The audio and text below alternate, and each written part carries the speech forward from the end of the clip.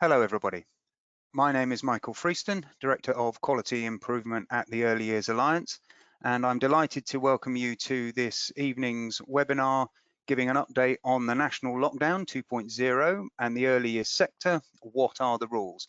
I am joined for this evening's session by Shannon Pite, Press and Public Affairs Director. Shannon. Hi everyone. And Melanie Pilcher, Quality and Standards Manager. Good evening, everyone. Thank you both. The way we're going to run this evening's session is I'm merely the channel for the questions today. Shannon is the expert who's been on top of the daily developments that have come from DFE and wider government in terms of the impact of the tiers, both before we went into the full national lockdown and beyond. And Melanie is here to input any questions and considerations about what they mean in terms of practice and principle for the sector. So, my role is to try and watch the questions as they come through from you and any comments. These are, as ever, your sessions, so do please take the opportunity to ask us any questions you can think of. But I'm really handing over to the experts. Just to give you an introduction of what we look like, as you know, we don't tend to use video on these sessions because it can affect the broadband and the size of the recording once it's finished. But that's me, Shannon, and Melanie.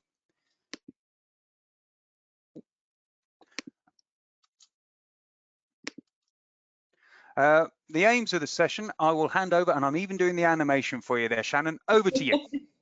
Thank you very much, Michael. So the main aims of today's session are to provide an overview of the most recent updates for the early year sector from the Department of Education. So that's looking at the fact that we've now got a national lockdown and some of the guidance has changed. And it's to consider the implications of the new lockdown on our day-to-day operations.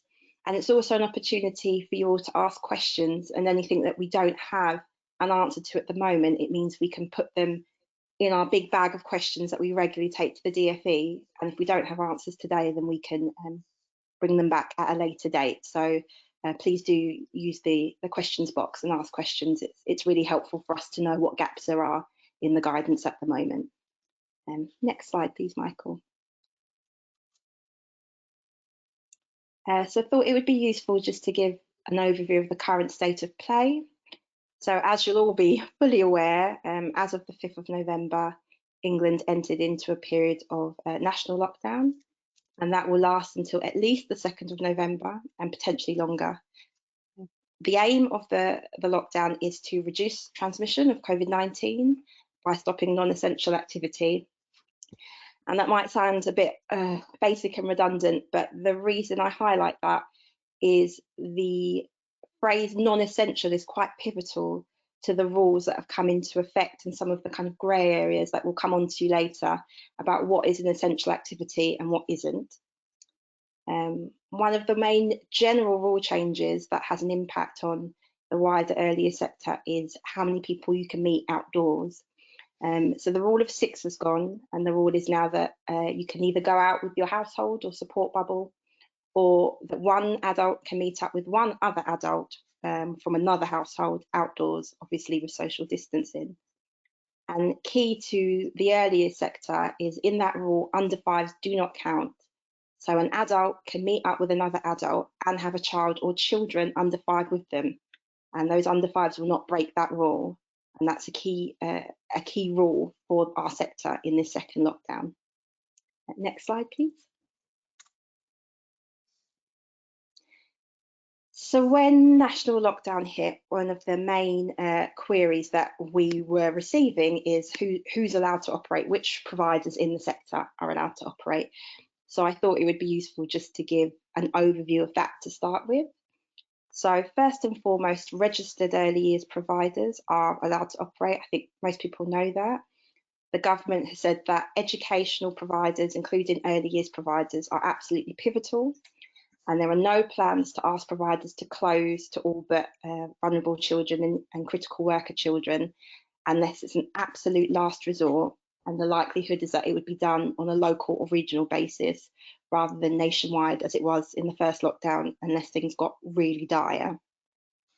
And on the whole, most of the requirements for registered early years providers are very similar, if not the same, as they were pre-lockdown. So in terms of the bubbles, and we had a few questions about whether or not providers were required to introduce bubbles. There's no requirement to introduce bubbles. That's not to say that providers cannot use them if they feel it is useful, but there's no requirement from the government to do so. The rules on face covering have remained unchanged. So the rule is that providers have the discretion to require adults to wear face coverings in communal areas or corridors or places where it's difficult to socially distance. There is absolutely no requirement to do that. It is at the settings discretion. And there's certainly no requirement for practitioners to wear face coverings when they're interacting with children or providing care or education whatsoever. Providers can continue to go on outdoor trips, as was the case before lockdown. The government has said that settings should maximise the use of private outdoor space when they can, but you can take groups of children to outdoor public spaces. And that's provided that the purpose of the trip is educational childcare, you're within normal staff ratios, you conduct a risk assessment that demonstrates that you can remain 2 metres away from other people and groups, you maintain good hygiene, and there's thorough hand washing that happens before and after the trip. So all things that I've no doubt everyone was doing beforehand, so that's fine. We've had a lot of questions. Yes. Sorry, Shannon, to interrupt. Just to clarify with the face covering rules, of course, if you do have a child with a suspected case of coronavirus showing symptoms, then of course PPE, and part of that would be the face covering whilst dealing with that child. So just to clarify that point. Thanks, Mel, that's really useful. Thank you. On the outdoor trips, we had a lot of queries from childminders asking if they were able to meet up with other childminders. A childminder can meet up with one other childminder if all the children in the care are under 5. And this goes back to that general rule on the previous slide that says that under 5s don't count in that outdoor meetup limit. So what the DfE says is, as children over the age of 5 are counted in the limit on 2 people meeting outside, childminders will not be able to meet other childminders if accompanied by children over the age of 5. So there's a caveat. So you can do so, but all children must be under the age of 5. We had a lot of queries about whether or not children can still attend more than one setting. They can, but it continues to be advised against. So the response from the DfE was yes, but parents and carers should be encouraged to limit the number of settings their child attends, ideally ensuring their child only attends the same setting consistently. And we did have some queries on paediatric first aid training as well, and whether or not that could continue during lockdown. And the answer is yes, that it can continue during lockdown. Thank you. Okay. Out of school providers. So this is where there starts to be a few conditions and grey areas. So looking at out of school providers, so that would be wraparound care such as before and after school clubs. They can operate, but only where they're either delivering registered childcare or where the provision is reasonably necessary. And this is DfE talks, I'm trying to get it exactly word for word, to enable parents to work or seek work, undertake educational training, or where it's necessary for the purposes of respite care. And again, it goes back to that point on the previous slide about essential activity. Now, there is a bit of a grey area on this one because there was recently some news articles where after school clubs that were sports clubs for school-aged children, and this all applies to school-aged children, claimed that they had successfully lobbied the government that they too would be able to continue operating whether or not the children in their care that were playing at the sports clubs, their parents were working or seeking work. That was reported, but there's been no change to the official government guidance as yet. So as it stands, for out of school providers, what's on that slide, it's what's in the rules, that you can operate, but you have to be delivering registered childcare, or your provision has to be necessary to enable parents to do one of those 3 points. Thank you. There's a few questions. I knew this would happen in terms of the maths coming in. And first, there was one before that, and I think this is more for Melanie, and it's about the masks thing. It's from Sheila. Some staff are asking to wear face shields when they are working with the children, and this is what schools are doing. How do you feel about this? I think face shields are better than masks because in terms of practice and in terms of caring for young children, we know how important it is that we can interact with children fully and how children read our faces, you know, to gauge their own emotional well-being, really. So I think that out of the two options, certainly I'd go for face shields over face masks. Okay, but that is a decision for the manager and the staff team themselves. There's no It's regulatory absolutely, requirement on that. no, Shannon, that's correct, isn't it? absolutely. Yeah. Yes, that's right. From Sangeeta, and it's about the maths. So is a reception child under age of 5 not counted if 2 adults meet? That's correct. So the legislation, the actual law that's gone through, just says under 5. It doesn't state what type of provision they're attending. Right. It just says under 5. Thank you. And with regard to the PFA, the paediatric first aid, can traditional delivery of PFA occur? So on-site visits are allowed for the whole staff team? As far as we're aware, yes, the government has said that paediatric first aid can just continue during lockdown. I'm sure, and Mel might have more thoughts on this, Yeah. there would be a lot of steps needed to be taken in terms of risk assessment and making sure it's done safely, but it is allowed in principle. And I would And agree. I mean, certainly from it's the expert third party issue, isn't it, in terms of speech and language therapists, and we're allowed to visit to consider assessment for apprentices and people who are studying in work placement. So I would imagine it aligns with that. Is that correct, Melanie? yes, yeah, it does. And also just to note that a lot of the paediatric first aid training providers are actually offering blended learning. So they're really thinking around this in ways that they can make it happen. Thank you. Back to the face shields from Nazia. Aren't the face shields a barrier when carrying babies and younger children? Again, this comes down to the conversations you need to have amongst yourselves as a team, whether it's suitable to wear them at all, whether you want to wear them when you're working with the babies. You know, it's for you to decide. Nobody's being prescriptive about this. And a comment just from Sheila that they had first aid training in lockdown and it was delivered in a perfectly safe way. So it can be done if people are considering their risk assessments and dealing with things sensibly. Shannon. Thank you, Michael. Baby and toddler groups. I think you have to bear with me on this one because this is the one where we've been given the woolliest responses from the Department for Education. So I would do my very best. Is that a technical term, Shannon? Yes, it is. It is. You can quote me on it. So baby and toddler groups or parent and toddler groups, in principle, can continue to operate where they provide support to parents and or children. And I will come back to that support point soon, I promise. So the adult limit number is 15, so you can have 15 adults in a group. And then, of course, because children under 5 don't count in terms of meetup limits in this lockdown period, you can then have more children under 5, so the groups overall can be bigger.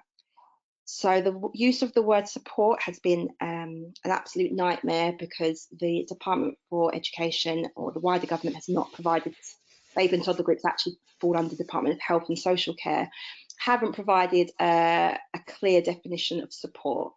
So obviously you have things like support to new parents, and the DfE have indicated that that is a priority. But they've also told us that support could encompass educational activities provided to children. What they have said is it should be limited to activities where it's reasonably necessary for them to take place in person. And again, it goes back to this whole point of, is the activity essential during this lockdown period? So if you have, for example, a group that could be done over Zoom, you have to ask, is it required over this period? This is one of those ones where we get a lot of emails, people asking, I offer this, this, this in this setting, am I allowed to operate? And there is no definitive list or yes or no. It is, can you reasonably describe yourself as providing essential support during this period to parents and or children, and that is the kind of principle you have to work from. And another sorry, Michael. No, sorry, I'll cut in on you. You finish first, Shannon, then I'll ask you my question. I was just going to say the final point on there is that all activities must be delivered by a business, voluntary provider or private body and should not take place in anyone's private home. So all that means is, for example, I have a 19-month-old and I cannot get my NCT mum friends round to my house and claim that we're a parent and toddler group as a way of getting around the regulations. It has to be a kind of a formal group. Sorry, Michael. No, that's I think that's alluded to what I was going to ask anyway. And this is a question from me rather than something that's come in, and I've got a few that have come in.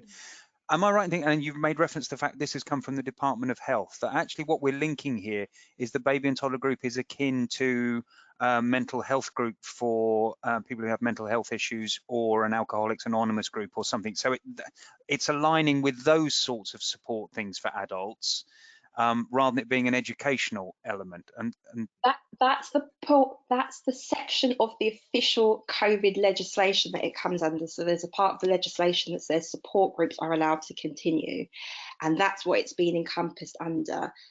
But the word support is not defined. And when we've asked the DfE, what does that mean in practice for baby and toddler groups, they have said that could include education. So although it kind of sits under the Department for Health and Social Care, there can be an education remit in it, which does open it out to more baby and toddler groups. Fine. But the DfE have been very clear to us, it's not a blanket, yes, all baby and toddler groups continue as normal, because the whole point of lockdown is to reduce unnecessary transmission of the virus. So it is about whether or not activities are essential, and that the education being provided to children or the support being provided to parents is essential during this period. Okay, and now the questions that have come in from the customers.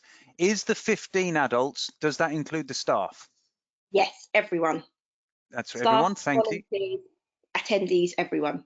Right, okay, but not the children if they're under 5. Sorry, everyone over 5. Right, yeah, okay, I'm getting there. Yes. Right, right. This is a slightly longer one, and I haven't read the end of it, and so I hope it's still there. I'm in the process of, this is from Alice, I'm in the process of setting up an outdoor preschool due to open January 2021, Ofsted coming mid-December. I'm currently recruiting for a post and would like to interview applicants in November. Sounds like a great job, Alice, where are you? Am I able to do this in person? I'd also like to do them socially distanced activity with my children and neighbours, as I feel it's an important part of the recruitment process. Would I be able to do this? The problem I have is I need to do this AOP to allow time for DBS checks, etc., etc. So I suppose the question is, does that come under your element of support? And my guess is no. Is that right, Shannon? In terms of I don't think it would come under support. I don't know necessarily if Alice's question is coming under this bit or it's more a general question. In terms of an interview, I would imagine that a one-on-one interview, socially distant, whether or not it would need to be indoor or outdoors. I think what we'll do is we'll take that offline. I will take that back to the DfE and check that. Okay. Because there are exceptions to the regulations for work and training and things like that, and I will check whether or not that falls under the exception. It's a good question. Thank you. And also the spending time with children, I'll check that. From Sam, would a dance-based preschool activity be considered essential to deliver in person?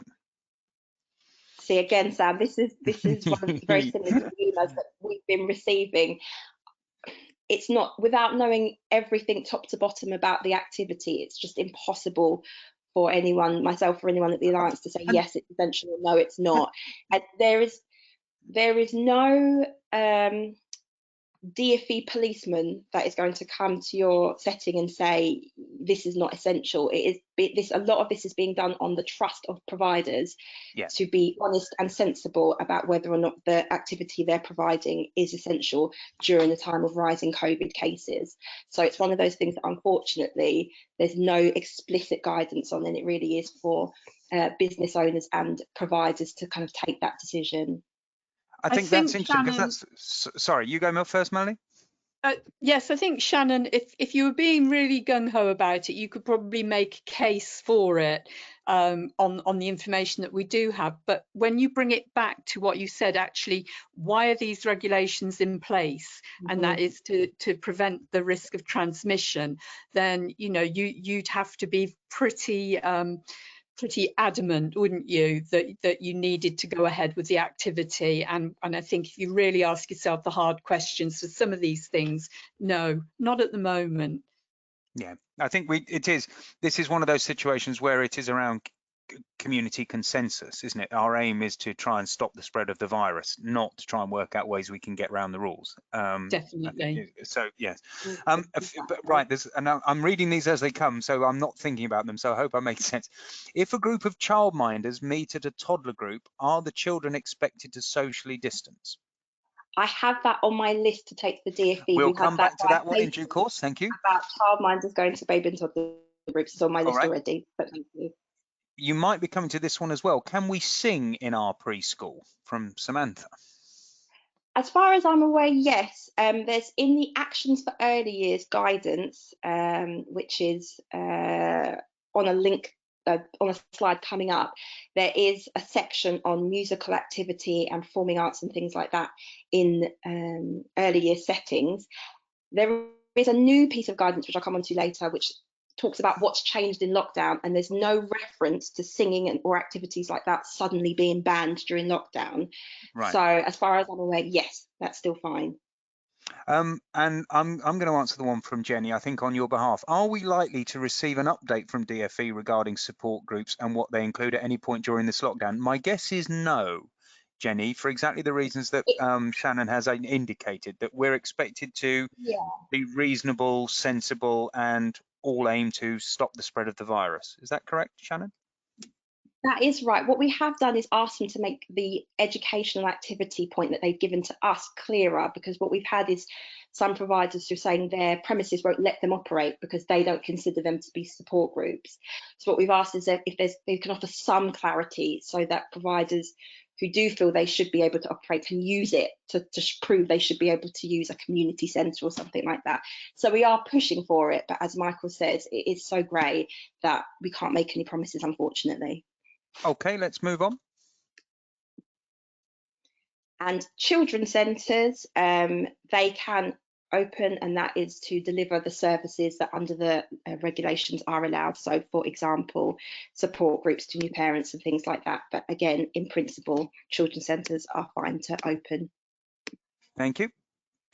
And similar to the point I just made, it's just a quick note on venues, because we had a lot of providers when the government announced the changes saying, well, I'm based in the leisure centre and leisure centres aren't allowed to open. In the regulations, venues that are required to close during lockdown are permitted to be open for a small number of reasons, and early years education, childcare and childcare activities are included in that. So venues are allowed to open for childcare, early education and other activities. So just wanted to presumably that's a difficult conversation to have with your landlord or the leisure centre or the community building if they're closing for everything else. Am I right in that? But it's to point out that the law and the regulations are on the side of the provider. So if a leisure centre says we're not allowed to open, it's not true. All right, great, thank you. But saying that, Michael and Shannon, we have heard, haven't we, of providers who haven't been able to use their community premises, leisure centre or whatever, and have had to find alternative premises. And just to say that if that is the case, then it is really important that you seek Ofsted's permission to do so, to move premises for a short period. Thank you, Melanie.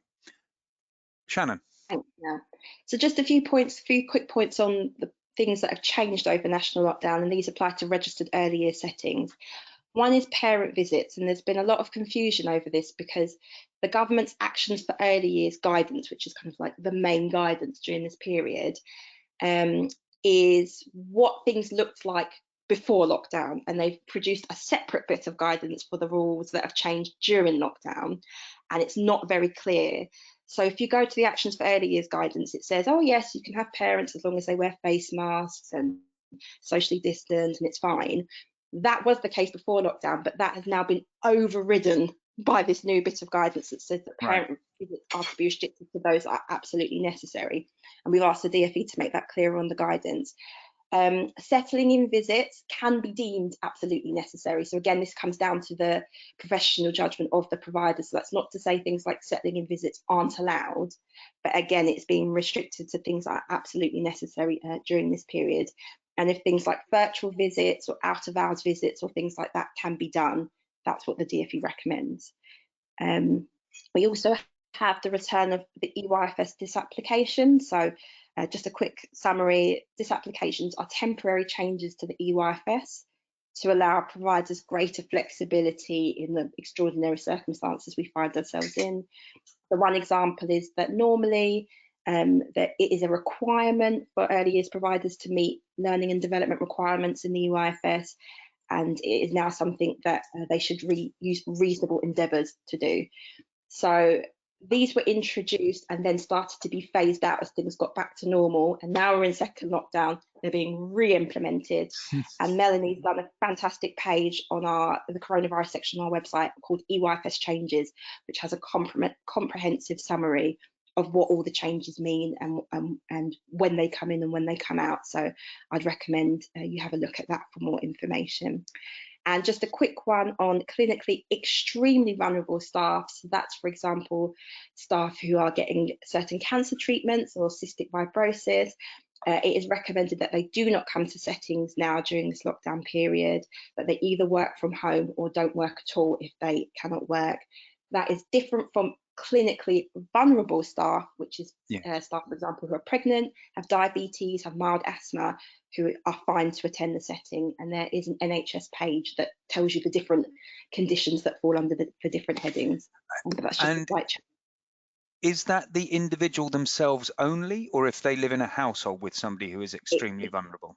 I'm very pleased I actually have the answer to this one. It is the individual themselves only. So children and staff who live with someone who is clinically extremely vulnerable but aren't so themselves are fine to attend the setting under government guidance. Right, okay. I've just had a question on the 2-year-old check. Should the 2-year-old checks be backdated / can they be done over 3? It's from Sarah. I'm not sure on that one. I'm not sure if Mel knows, otherwise I'll take that back. I mean, the whole thing with the 2-year-old progress check is that you're actually identifying the child's needs at, between the age of 2 and 3, because that's when intervention is most effective, isn't it? So if you're going to do them for children over 3, really, you're kind of losing the momentum of why you're doing them in the first place. So you're not going to be penalised for not having done them if you can't do them during lockdown. But remembering that you should still be making your best endeavours to do these things if you can. The disapplications and modifications are there for you if you can't possibly, meet those learning and development requirements. It doesn't mean that you can just automatically stop doing them. So using your best endeavours to do them. But no, there's no real validity to actually backdating a 2-year-old progress check, because you're doing your regular sort of summative assessments on your children anyway. So no. Right, great, thank you. Okay, thank you, Michael. I'm filled with dread on this one because this is another very I'm primed for the questions. Here we go. I know, please forgive and bear with me on this one. So we've had a lot of queries about what happens if a parent decides not to bring their child into a setting during the lockdown period for whatever reason, because they're on furlough or because they don't think it's safe to do so. And we have asked the DfE, and they have replied, the quote on the screen: settings are expected to comply with the law and take a reasonable and proportionate approach to parents' and carers' fees in light of these unprecedented circumstances, and to communicate any arrangements clearly with them. That's perfectly clear, Shannon. I don't know what your problems are. As everybody else does. So if, Michael, you're happy to go on to the next slide, we've just given I think I'll just wait on this one for a couple of seconds. It's further context to the laws. Oh, I see. I thought you were just trying to. I'm not trying to avoid it. I'm delving in more depth. All right, sorry. No problem. What it's useful to do is just to look at the Competition and Markets Authority's position on the first lockdown to kind of get a better understanding about what might be okay and what might not be okay during second lockdown. And the CMA's position in terms of kind of gentle criticism of some practices in the sector and the minority was about charging for services that were not being delivered to parents. So they said that what wasn't acceptable was large fees for services not being carried out, cancellation fees for services that weren't carried out, and then pressure on parents to pay by saying, for example, if you don't pay, the setting may not survive. So the real definitive thing, part of that guidance, was whether or not the service was being delivered, and it was saying you cannot charge for a service you're not delivering. One point they did make in that original guidance was notice periods and cancellation fees may be appropriate in normal circumstances where the business is able to provide the service but the customer decides they want to stop receiving it. So it's really important to make that distinction between whether you're delivering the service and the parent doesn't want it, or whether you're unable to deliver the service. And of course, in all these cases, it's about being very clear and very transparent in your communication with parents. So that's as much detail as we've been able to kind of scrape from the CMA and the DfE. That's really helpful. And I'm just thinking here, what if you get to a situation where members of staff test positive and a room has to close? Then you are in a situation where you are not delivering the service, not for any fault of your own, but you are at that point not delivering the service to the parent. So that would be the kind of distinction that I think it would be useful to make when making decisions on charging. Yeah, okay. A question from Samantha, and I know this is one you've been chasing on again. Will we get kits to check staff on a regular basis? We are fully pushing for that. It is a really quite appalling situation that not only schools, colleges and universities are getting kits, but maintained nursery schools and primary school nursery classes are also getting home testing kits. And it is something we are raising with the Department for Education, and we are gathering case studies to put pressure, because the argument that's being made is that early years providers are priority workers and so should be able to get priority tests, and we know it is just not happening on the ground. So as it stands, there are no home testing kits for private and voluntary providers, but it is something that we are working on. Thank you. An interesting one from Zoe. Do we think that if we have home learning sessions, we are in fact providing some sort of service? It's a really good question. I think it's one that we just wouldn't get an answer from the Department for Education on. Again, I think it's about what is reasonable and what you have agreed with parents in good time. So, for example, if a member of staff was ill and you weren't able to open a room, and at the last minute you said, right, well, we're going to do home learning instead, that would probably be something that was frowned upon, because it's not anything that the parent would necessarily have be able to agree to in advance. Right. If that's a discussion that you have in advance with your parents and say, provisionally, if this happens, this is the system that we're looking to continue to support your child, that might be a different situation. So it is about clear and transparent discussions with parents as early as possible, I would say. Thank you. And I think this is one that Sarah's obviously living herself. If we can provide an after-school service, but the mum is off work due to being a hairdresser and doesn't send the child, are we still okay to charge? I think, again, Sarah, I can't give the definitive on that because the DfE haven't. But again, I think that comes down to the principle that you are providing the service and you are continuing to incur the cost of providing the service, and the parent has chosen not to send the child. So that doesn't fall under the remit of what the CMA was criticising the sector for at the beginning of the year. That's about as much as I can say without making the decision on your behalf without clear guidance from the DfE, unfortunately. That's great. Thank you, Shannon. Moving on. So just to kind of round up, just a quick overview of some of the financial support that is available, because we've had some questions about that.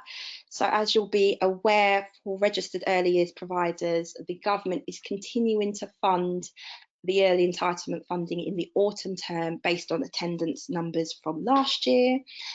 We know from our own investigations that not all local authorities are following suit on that, and this is something we continue to raise with the DfE. We know the DfE has been in contact with some councils and has actually prompted a change of stance in some councils. If your council still isn't passing on the funding and adhering to the DfE guidance, please do let us know, because we can continue to raise it.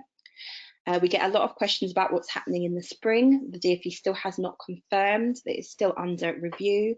We are very much pushing for that support to continue to at least the end of the spring term, not least because of the continuation of the furlough scheme and the fact that numbers might be lower for a longer period with more parents on furlough. And that brings me neatly on to the next bullet point, which is that the job retention scheme has been extended until the end of March 2021, and that is at 80%. And on our website, if you go to the coronavirus section and the business advice page, there is a breakdown of how to calculate the furlough claims when you've got some of your private income that has returned, because obviously for the early years, furlough claims are not simple. It's all about your split of private and public income, and that affects how much you can claim. So there is a comprehensive breakdown on our website of how to do that if you started to see some parental income return. And then for childminders and other self-employed members of the sector, there's also been an increase in the self-employment support scheme. So the third grant, which runs from November to January, was supposed to be 40% of operating profits, and that's now been increased to 80%, up to a maximum of £7,500. And the fourth grant, which will be next year, February to April, has yet to be decided by the government. It's just to provide a quick overview of those support schemes. It's interesting, I've had from Sangeeta, and I've just asked her which local authority. She said that our local authority is not doing this. As you said, in terms of passing on or honouring the figures as they were. I've asked several times, so please, Sangeeta, tell us which local authority it is. Richmond upon Thames. Thank you. All of these cases are particularly valuable to us as we press the DfE for support in making sure this happens. Thank you. Thanks, Sangeeta. I've made a note of that. That is really useful. And then just a quick update on Ofsted. So interim visits for those providers who were less than good at their last inspection or have had concerns raised about them are continuing to go ahead during this national lockdown period, as are registration visits and visits to providers on the childcare register. And we've had some meetings with Ofsted, and they've said they're very conscious that obviously in this period, DfE rules state that no one should be stepping foot in your provision unless it's absolutely necessary, and that some providers have raised the question as to whether or not an Ofsted visit is absolutely necessary. And they've said that we will only make on-site visits after we've considered evidence from off-site activity, for example, if the off-site activity has raised concerns. So Ofsted are trying to find a balance between what they can do virtually and will only come on site if it's absolutely necessary during this period. And then the plan is to return to routine inspections in January. However, that is under review given everything that's going on, and whether or not Ofsted does return in January or what inspections might look like in January are still being discussed and decided. So as soon as we have any information on that, we will of course let the sector know. So there could be a situation where inspections restart, but against disapplications still being in place because they're in tier 3 areas or something. Exactly, and concerns have been raised to Ofsted that, you know, if you go back into a setting or a provision in January and things are just not as they normally would be because of COVID-19, and providers who may have waited a number of years to have an inspection cannot put their best foot forward because they're just in a different situation with this staff member off sick, this staff member self-isolating and things like that, that the concern is they will not have the fair opportunity to demonstrate the good practice they're capable of. And it's something that Ofsted is taking on board when they're deciding how or whether or not to proceed in January.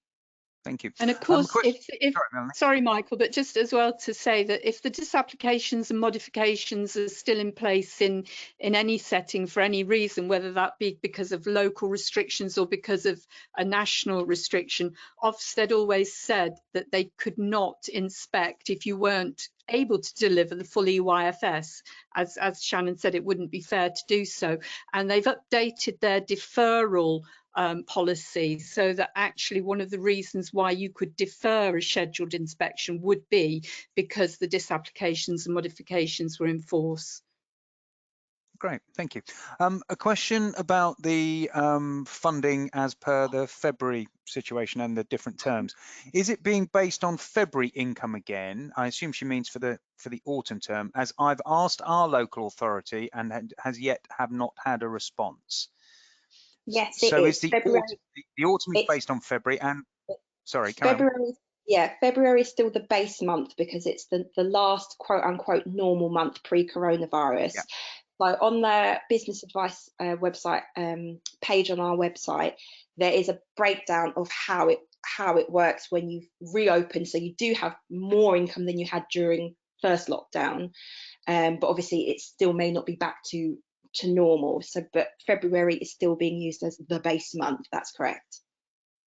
And presumably the argument being made that it should be extended into the spring term of 2021 would then still be a reference to February last year or February of 2020. Yeah, because the logic is always, what was the last normal month? What does normal income look like? And until things are back to normal, even if we are reopened, it's still not normal. So it wouldn't be fair to use a more recent month as normal income.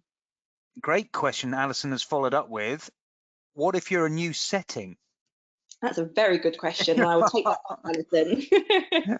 I genuinely don't know. That's great, Alison. Thank you. Yeah. Question from Wendy. Oh, and my screen's moving up. Can settings do open days for prospective parents using time slots, or is this deemed unnecessary at this time? It's another one where it's professional judgment. So there's no central definition of these activities are necessary and these are not. The DfE has been very clear that parental visits should be what is absolutely necessary, but that they are not being prescriptive as to what that means, so that it is not banning admissions visits and it's not banning settling in visits.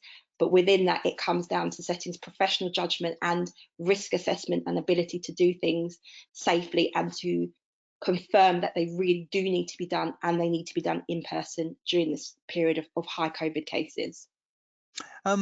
Carol's made an interesting observation that their funding this term refers back to autumn term 2019 in Warwickshire, not February 2020.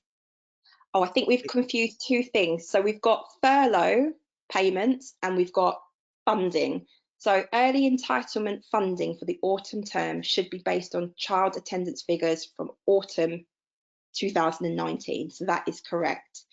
Separate to that, if you are claiming under the job retention scheme and you are trying to calculate how much you're allowed to claim by calculating your split of private and public income, that split should be based on your income in February. So it's two different financial support schemes. Sorry if that wasn't clear. Thank you. Julia is leading to the question about when we come out of the national lockdown, and it's back to the situation of disapplications. And it's a question for both of you, and I think it's Melanie's one.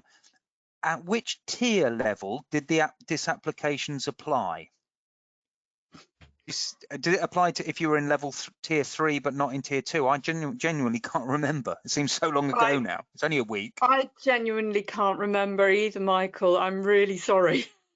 I don't think the regulations stated it specifically. I think it said if you're put into local restrictions have an impact on your ability to deliver the EYFS as normal, then you can use the disapplication. So the legislation behind it didn't go into any detail other than if you go into a local lockdown. There's no specific tiers. It's about whether or not your ability to deliver the EYFS has been impacted. So thank you. So the assumption from that is that when, as Prime Minister Johnson has said, we come out of lockdown on the 2nd of December, then the disapplications we can expect to no longer apply. Unless you're in local lockdown. Unless you're in a local lockdown, yes. Okay, thank you. That's really helpful. Next Next slide. And then just to sum up, it was just to provide some links to some of the useful guidance that's out there. So the top link is the new information, the new guidance that's been published that talks about what has changed for education and childcare settings during this lockdown. So things like the parental visit rules and just confirming the rules on face coverings and things like that. New national restrictions from the 5th of November, the second bullet point, that's general guidance for everyone, but it does contain useful information about groups like baby and toddler groups and after school clubs. And yeah, and it also gives a good grounding as to the rationale behind some of the rules and provides information on informal childcare. So if you have any parents asking, can my grandparents look after my child or something like that, all that information is in that second bullet point. Third bullet point is actions for early years, which, because everyone here is dedicated enough to come to this webinar, I assume that everybody knows that pretty much off by heart anyway, but that is the kind of hub piece of guidance from the DfE on guidance for the early years. However, as stated, at the moment, it does not make clear that some things have changed during this local lockdown period. So we've asked them to make that clearer throughout the document. And then safe working in education, childcare and children and social care settings is guidance on infection controls during the pandemic. So they're just 4 bits of guidance that Thank you. thought it And I should have to said earlier on, we will circulate the slides to everybody who's registered tomorrow. So if you were trying to scrabble all those down, they will be hyperlinks by the time you get the slides next couple of days. A question for Melanie. She said, Stephanie has said, it's very specific, but can we do water play? Yes. Well, what I would say is the traditional water play where all the children are stood round your water tray, I would strongly advise against. However, so many settings have found really good ways around this that actually, if you're going to do it safely and, you know, perhaps individual water trays, smaller water trays, a lot of people are using cat litter trays. New ones, I hasten to add. Yeah. No, new ones, Michael, no cat litter required. You know, if we're going to do things like that, then yes, but what we have to remember is that coronavirus is a respiratory transmitted infection, and you know, water is one of the means of transmission. So I think if you can find ways around it and do it safely, then yes. And Kay was typing at exactly the same time as Stephanie, because she asked about hard to clean resources such as sand, dough, etc., as well as water. Public Health are very clear that it is not safe to use. Do we have an opinion? Again, settings have found safe ways around this by individual Play-Doh, individual sand trays, again, the kitty litter tray, and making sure that you dispose of what's been used as soon as an individual child has used it, or keep it for an individual child only to use, a specific child to use for the duration that you would normally use it. But no, there are ways around this, but certainly the traditional idea of a group of children mixing and standing round one large water tray or sand tray is still a definite no-no. A couple of comments that have come in. Juliet has said, and it's been echoed by Donna, putting soap in the trays as well, as it will help break down the fatty outer layer of the virus. That's something I didn't know. And similarly, Donna has said, we do water play and put antibacterial washing up liquid in the water. We get the children to wash their hands before and after. Melanie, do you have anything to say about antibacterial washing up liquid? Yeah, just be careful on that one, because washing up liquid is not meant for hands, and you know, water gets in eyes, and you know, if you read any packet of antibac washing up liquid, you will see one of the cautions on it is to avoid contact with eyes. So I would just be very careful about that, because there are things like, you know, that are preparations that are specifically for children to use when they're washing their hands, and those would be much safer. At the end of the day, antibac or soap and water, you know, equally efficient as long as they're being used properly. Thank you. Other comments about hand washing. Thank you. That's really helpful. There was one about NEF payments from Sophie. I'll just try, and when you say NEF payment will be based on autumn term dates, sorry, my screen is jumping about here and I've lost it now. Michael, I've managed to get it up, if that's helpful. What does it mean? Will it be the same as autumn payment, a proportion of? There we go. Thanks, Sophie. It's essentially, it's about the number of children attending. So because the number of children attending has reduced this year, what the government has said is that funding should be based on the number of children who attended last year, to say that's roughly what a normal autumn term would have looked like if we hadn't have had coronavirus. So the principle is that providers are funded based on the number of children who attended in autumn 2019. So based on is as if they were still attending, essentially. So the principle is, if coronavirus hadn't happened and all the children were still attending, you fund on that premise. Hopefully Okay. that's clear.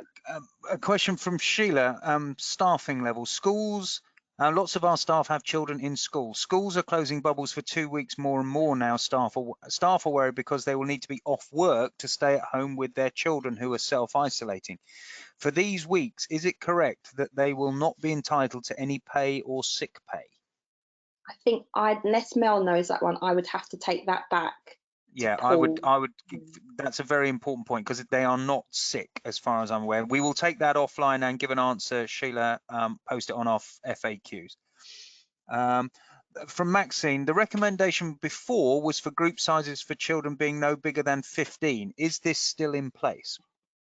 That applies for out of school and wraparound care. So if you go to the guidance on holiday clubs, after school and before school clubs, they still recommend group sizes of no more than 15. That doesn't apply in registered early year settings.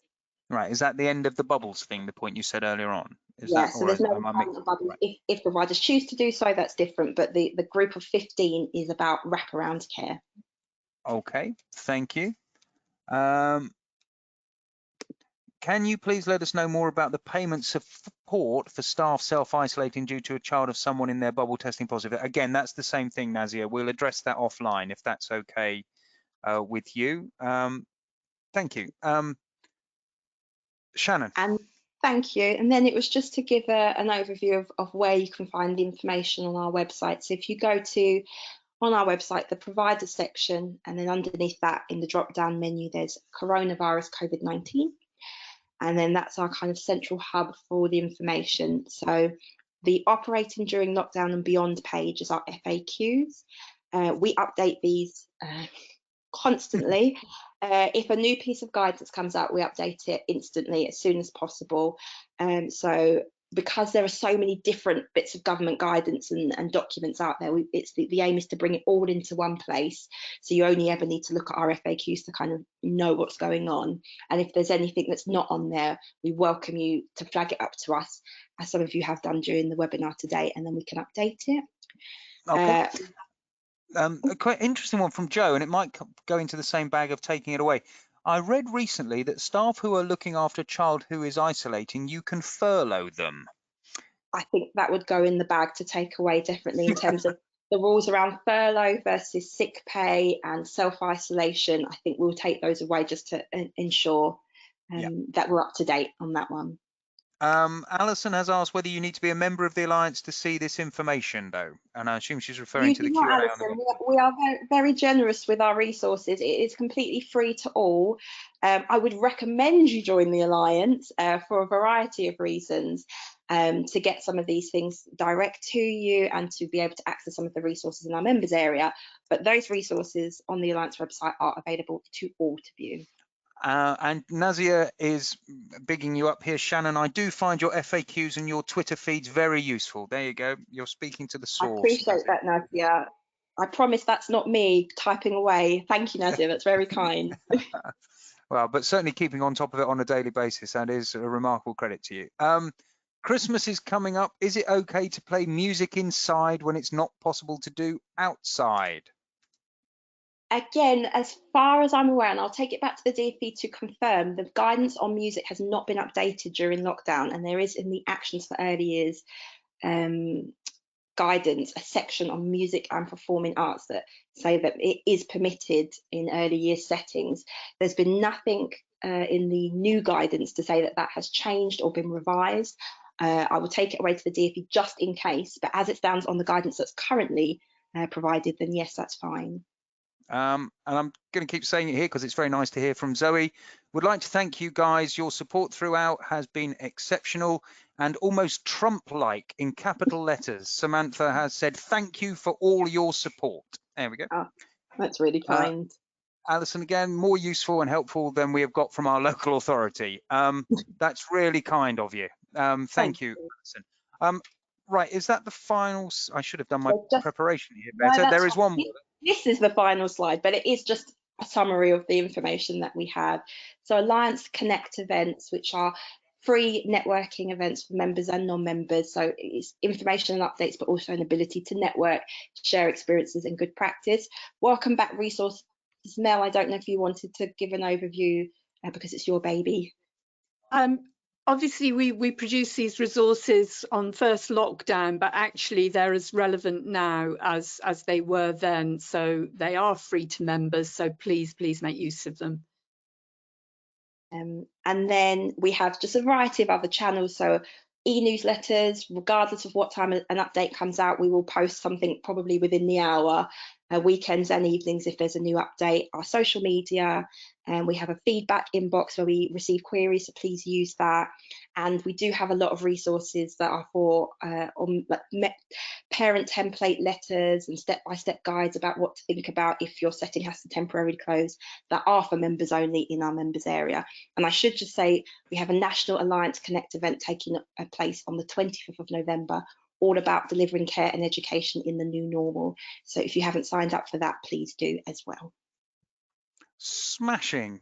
That's nearly an hour. Well done. That's pretty intense, Shannon, Melanie. Well done indeed. And well done to the audience as well. Oh, wow. It just remains for me to say, unless people are typing any final comments, your commitment to staying around on a Thursday evening between 6 and 7 is just a reflection of how well the early years has put itself out throughout all of this and going forward. My thanks to Melanie and Shannon for an excellent session. It's been very informative and I've picked up some of the things that have been rattling around in my head.